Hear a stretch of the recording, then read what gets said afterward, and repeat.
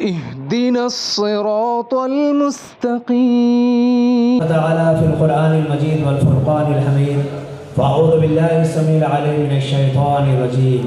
والله أخرجكم من بطون أمهاتكم لا تعلمون شيئا وجعل لكم السمع والأبصار والأفئدة لعلكم تشكرون. صدر اجلاس ذی وقار علماء کرام، معزز و محترم حاضرین و حاضرات، عزیز طلبہ و طالبات و معلمین حضرات، یہ اللہ ذوالجلال والاکرام کا بہت بڑا فضل و احسان ہے۔ اس کی توفیق سے آج مدرسہ صراط مستقیم کا یہ دوسرا سالانہ اجلاس منعقد ہوا ہے۔ الحمدللہ ابھی ہم نے تقریباً 1 گھنٹے سے طلبہ و طالبات کے مظاہرے کو اپنی آنکھوں سے دیکھا اور سماعت کیا۔ یقیناً قابل تعریف ہیں یہ معصوم بچے، یقیناً اس اسٹیج پر آنا اور اس طریقے سے بے باکی کے ساتھ اور ہمت کے ساتھ بیان کرنا کوئی معمولی بات نہیں ہے، یہ بہت ہمت کی بات ہے۔ گزشتہ سال جو ہم نے اس مدرسے کا تعلیمی مظاہرہ دیکھا اور اس مرتبہ جب ہم دیکھ رہے ہیں تو گزشتہ سال اور اس سال میں کافی تبدیلی آئی ہے۔ بچوں کے اندر بولنے کا سلیقہ، ڈھنگ اور طریقہ آیا ہے۔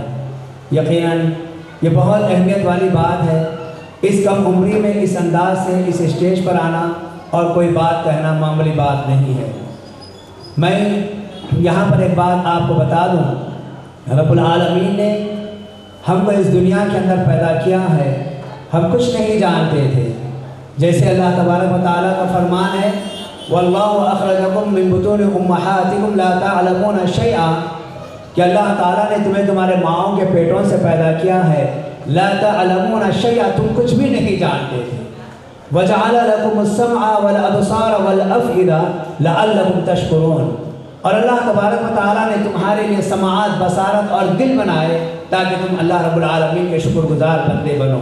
عزیزان محترم، رب العالمین نے جب انسان کو اس دنیا کے اندر پیدا کیا تو بالکل لا علم تھا، کسی چیز سے وہ واقف نہیں تھا، اور اللہ تعالیٰ نے پیدا کرنے کے مقصد کو بھی واضح کیا ہے کہ وَمَا خَلَقْتُ الْجِنَّ وَالْإِنسَ إِلَّا لِيَعْبُدُونَ، کہ میں نے انسانوں اور جنوں کو میری عبادت کے لیے پیدا کیا ہے۔ تو یہاں پر 2 باتیں ہیں، ایک تو رب العالمین نے انسان کو اس کی عبادت کے لیے پیدا کیا ہے، اور دوسری بات یہ کہ انسان کچھ بھی نہیں جانتا ہے تو کیسے وہ اس کی عبادت کرے گا؟ اس بندے کے لیے لازم اور ضروری ہے کہ وہ دین علم کو حاصل کرے، وہ علم کو حاصل کرے۔ علم کو حاصل کرنے کے بعد ہی وہ صحیح معنوں میں عبادت کے لائق بن سکتا ہے۔ اگر وہ علم حاصل نہیں کرے گا تو پھر ایسی صورت میں وہ صحیح طور پر عبادتیں نہیں کر سکتا۔ معزز حاضرین، یہ جو جامعات ہیں، یہ مدرسے ہیں، الحمدللہ ہمارے شہر حیدرآباد میں بڑے جامعات اور مدرسوں کی جو تعداد اس وقت ہو گئی ہے تقریباً 50 سے زائد ہیں، اور تقریباً 70 سے 80 مساجد کے اندر باقاعدہ طور پر مکاتب چلائے جا رہے ہیں، اور جو بڑے منظم انداز میں چل رہے ہیں۔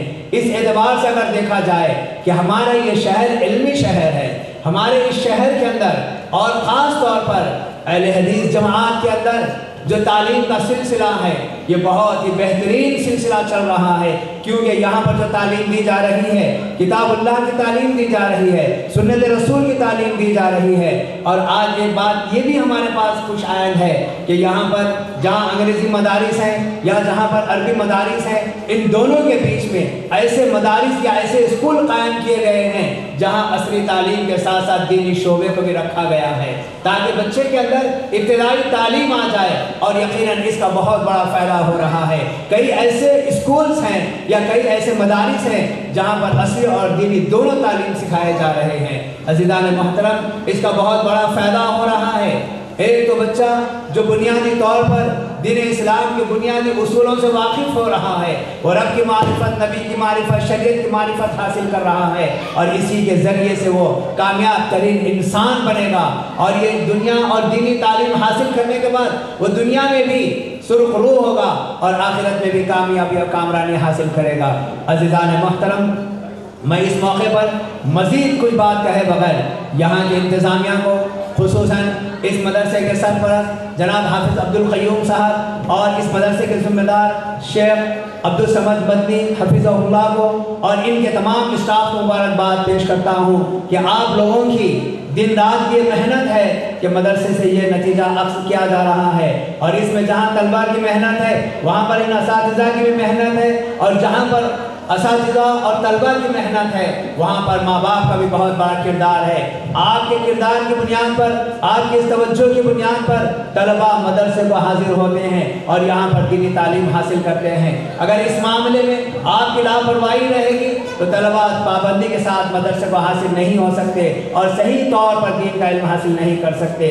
اور ان تمام کے ساتھ ساتھ انتظامیہ کا بھی بہت بڑا دخل ہوتا ہے۔ انتظامیہ جتنا مضبوط رہے گا اور انتظامیہ جتنا زیادہ مدرسے کا ساتھ دے گا اتنا زیادہ مدرسہ کامیاب و کامران رہے گا۔ تو اس اعتبار سے مدرسے کی کامیابی میں جہاں طلبہ کی محنت ہے، جہاں اساتذہ کی مشقت ہے، وہیں پر سرپرست حضرات کی بھی بڑی ذمہ داری ہے اور وہیں پر ذمہ داروں کا تال میل بھی بڑی اہمیت کا حامل ہے۔ ان چاروں کے اجتماعیت کی بنیاد پر ایک مدرسہ کامیاب کامرانی اور ترقی کے منازل کو طے کرتا ہے، جس کو ہم نے ابھی اپنے آنکھوں سے دیکھا ہے۔ رب العالمین سے دعا ہے کہ اللہ تعالیٰ اس مدرسے کو مزید ترقی عطا فرما اور یہاں سے ان حفاظ کو جو آج کم سن نظر آ رہے ہیں آگے چل کر انہیں ہماری امامت کے لائق بنا دے۔ اور یقیناً یہ بات جان لیجئے، یہ جو مدارس ہیں یہ اسلام کے قلعے ہیں، یہ ایمان کے محافظ ہیں، یہ ہمارے عقیدے کے محافظ ہیں۔ آج ان طلبہ کو حقیر نظر سے نہیں دیکھنا ہے، ان طلبہ کا بہت بڑا مقام ہے، ان کی بہت بڑی عزت ہے۔ آج یقینی معنوں میں آج یہ کم سن طلبہ ہیں، کل یہ بڑے بڑے عالم بنیں گے، بڑے بڑے مفتی بنیں گے، بڑے بڑے خطیب بنیں گے، یہ ہمارے عقیدے کے محافظ بننے والے ہیں۔ ان کی قدر کرنا یہ ہماری ذمہ داری ہے، انہیں حقارت کی نظر سے نہیں دیکھنا، کیونکہ یہ جو تعلیم حاصل کر رہے ہیں یہ دنیا کی سب سے عظیم تعلیم ہے، سب سے اعلیٰ تعلیم ہے اور سب سے کامیاب تعلیم ہے۔ اگر کسی نے تعلیم حاصل نہیں کیا اس کی دنیا بھی برباد ہوگی اور اس کی آخرت بھی برباد ہوگی۔ تو سب سے بہترین تعلیم جو ایک بندے کو رب سے جوڑنے والی ہے، ایک بندے کو رب کے قریب پہنچانے والی ہے، رب کے خوشنودی کا باعث بنانے والی ہے اور رب کے غضب سے بچانے والی ہے، وہ یہی دینی تعلیم ہے۔ اسی کے ذریعے سے بندہ دنیا اور آخرت میں کامیابی حاصل کرے گا، اسی کے ذریعے سے وہ دنیا کے اندر امن کو قائم کرے گا، دنیا کے اندر خیر کو قائم کرے گا اور دنیا کے اندر سے شر اور فتنے کا خاتمہ کرنے والا بنے گا۔